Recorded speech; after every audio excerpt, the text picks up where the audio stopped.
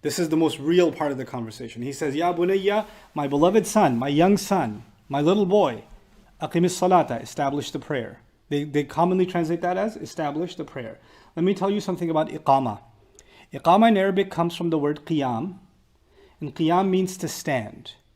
And when you put it as iqama, this is from the if'al family, what that does is it's to make something else stand.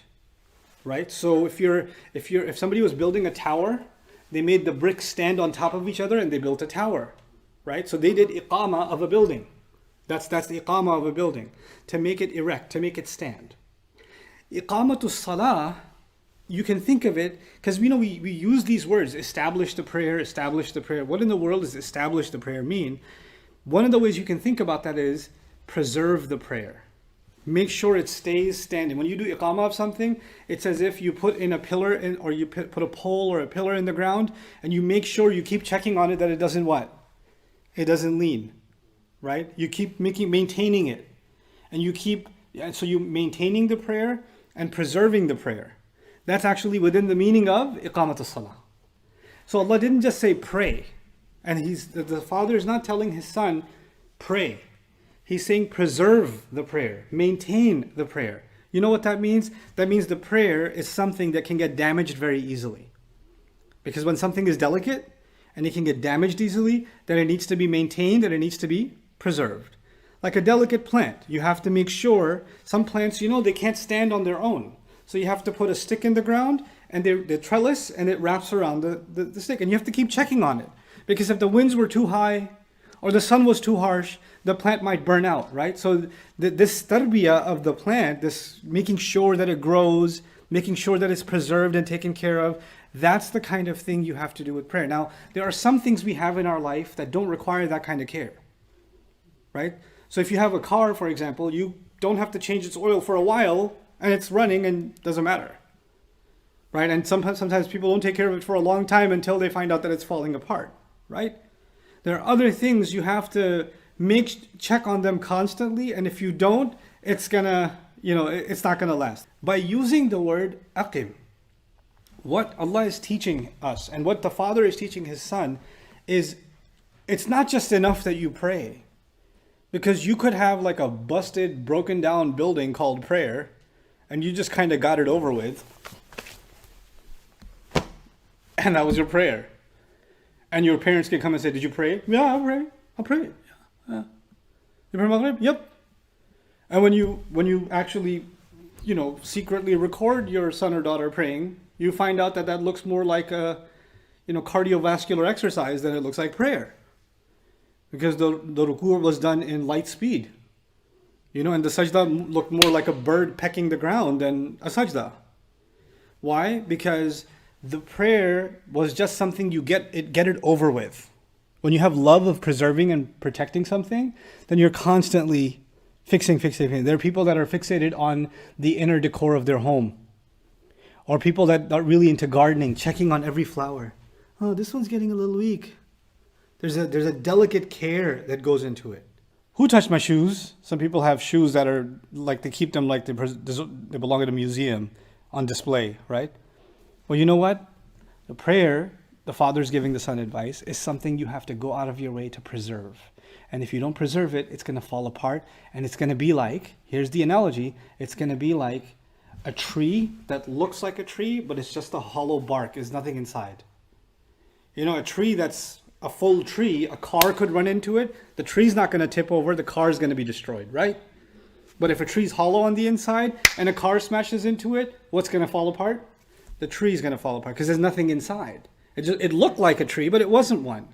Well, what the prayer does is it actually fills you on the inside. It strengthens you and me on the inside, but it won't do that if we don't maintain it. If we don't maintain it. How do you maintain the prayer? And for some people, it's one thing that you're not healthy to begin with, right? And then somebody says, maintain your health. No, well, if I'm not healthy to begin with, I need to fix certain things and go through certain therapy and medical treatment or, some kind of process before I can actually get healthy. Then once I get healthy, I have to maintain it, right? So you can't just say, maintain your health. Well, I'm not healthy to begin with. I got to get to a healthy place. So the harder question when the father says to the son, maintain your prayer, is the son has to ask himself, the daughter has to ask herself, is my prayer actually the way it's supposed to be to begin with, that I should maintain it? Because maintain would mean keep doing what you're doing. But if you're doing the wrong thing and you say maintain the prayer, okay, I'll keep maintaining it. You're not making anything better. So first, what needs to be identified is the prayer the way is it supposed to be or not? The word salah actually comes from sila in Arabic, which is what we call the prayer, right? But there's another word for prayer too, dua. Dua is also a word for prayer. But Allah specifically uses the term salah. And salah comes from sila, and sila or wasl actually mean connection. Connection. The prayer isn't just words you say, isn't just movements that you make, it's not just specific direction that you follow. It's not step-by-step process. All of that stuff you learned. Either you learned it from your parents, or your parents hired somebody to teach you, or you went to a Sunday school or an Islamic school. You learned that stuff. Fine. That's the form of the prayer. But all of that, the purpose of all of that was one thing: to establish and to preserve the connection to Allah in the prayer. So let me just remind myself and you what the prayer is. The moment I say Allahu Akbar, can I talk to anybody? No. Am I supposed to be looking around? No. Is everything in the world, whether your phone goes off, or somebody's calling you, right? Or you're late for a meeting, anything going on outside other than life-threatening emergency, none of that exists when you are what? Praying. Everything came to an end. Everything halted. You, for those few minutes that you were praying, the rest of your life did not exist. No other priority existed. In fact, you weren't even in charge of your own body at that point.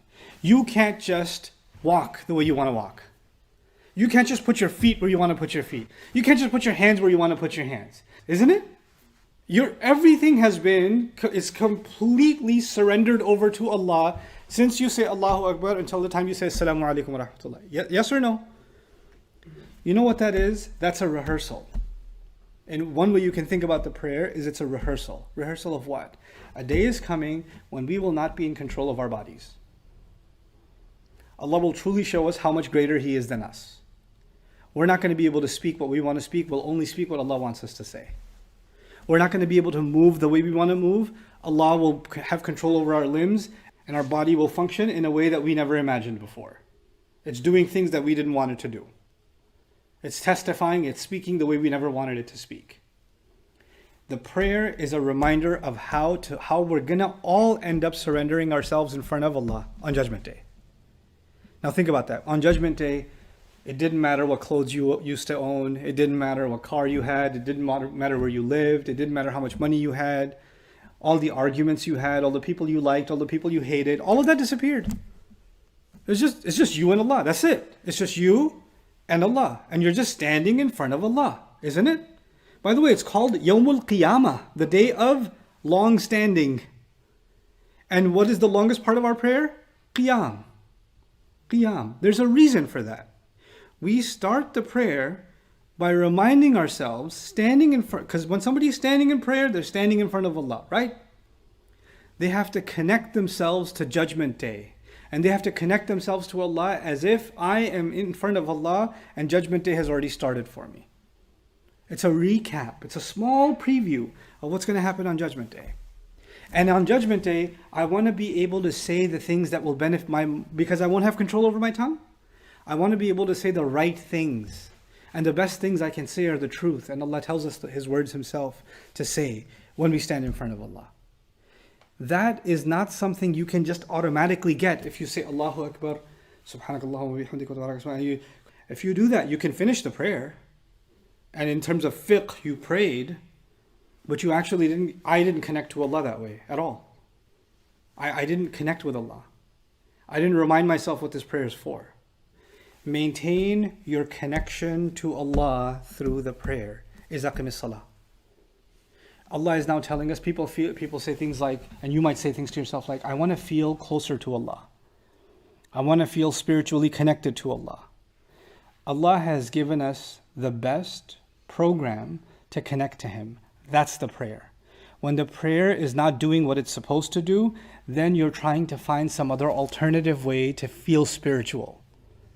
Because you're not giving the actual connection its due, right? If you're not eating the actual healthy food, then you're going to feel better eating junk food and say, at least I'm getting some nutrition. Yeah, you'll get, even junk food has nutrition, but it's not what you needed. It's not what was going to truly nourish you. You'll still feel good about it for a few seconds. You get something out of it. The same way, the first advice he gives to his son is maintain, preserve the actual prayer, the actual connection to Allah. That's what salah is for. That's the goal of salah. So actually taking the time, when somebody says, I want to learn about Islam, right? I want to learn more about my religion. I would argue, you can learn about your religion and you can learn 100 different sciences in Islam. But if your goal in learning Islam is to connect closer to Allah, everybody would say that. Anybody who's a Muslim would say that, I want to be closer to Allah. Then your first priority should be the prayer itself. Well, what do I know about the prayer? And I'm not just talking about the form of the prayer. How do you make wudu? Where do you stand? You know the technicalities of the prayer. How do I use the prayer to connect to Allah? That's actually the conversation you have to have with yourself. Learn that stuff. Remind yourself of that stuff. And even if you learned it, took a course on it, read material on it, guess what? It still needs maintenance. You could be a scholar and know all the Arabic of the prayer and have studied everything, and you can write an article about every component of the prayer, and you're still not connected to Allah in the prayer because that's all up here. But when you say Allahu Akbar, this needs to be connected. This needs to let go of every other preoccupation. And this needs to be overwhelmed and occupied with Allah. That's what needs to happen in the prayer. He gives his son advice. Listen, I know your feelings are going to go in every different direction. There's going to be all kinds of things you're going to be hit with. You're going to think about the opposite gender. Those thoughts are going to come to you. You're going to think about your friends. You're going to think about who your friends are and who your friends are not. You're going to think about entertaining yourself. Your mind is going to be spinning with thoughts all the time. You'll be connected to people, to devices, to things, to your own feelings. You'll be connected, and it'll become so easy for you to be disconnected from Allah because you're so busy connecting with everything else. And so he tells his son, this is something that doesn't automatically happen. The more you connect to those other things, the easier it becomes to disconnect from Allah. Aqim as-salah. Maintain your connection to Allah through the prayer. Preserve that connection. Protect that.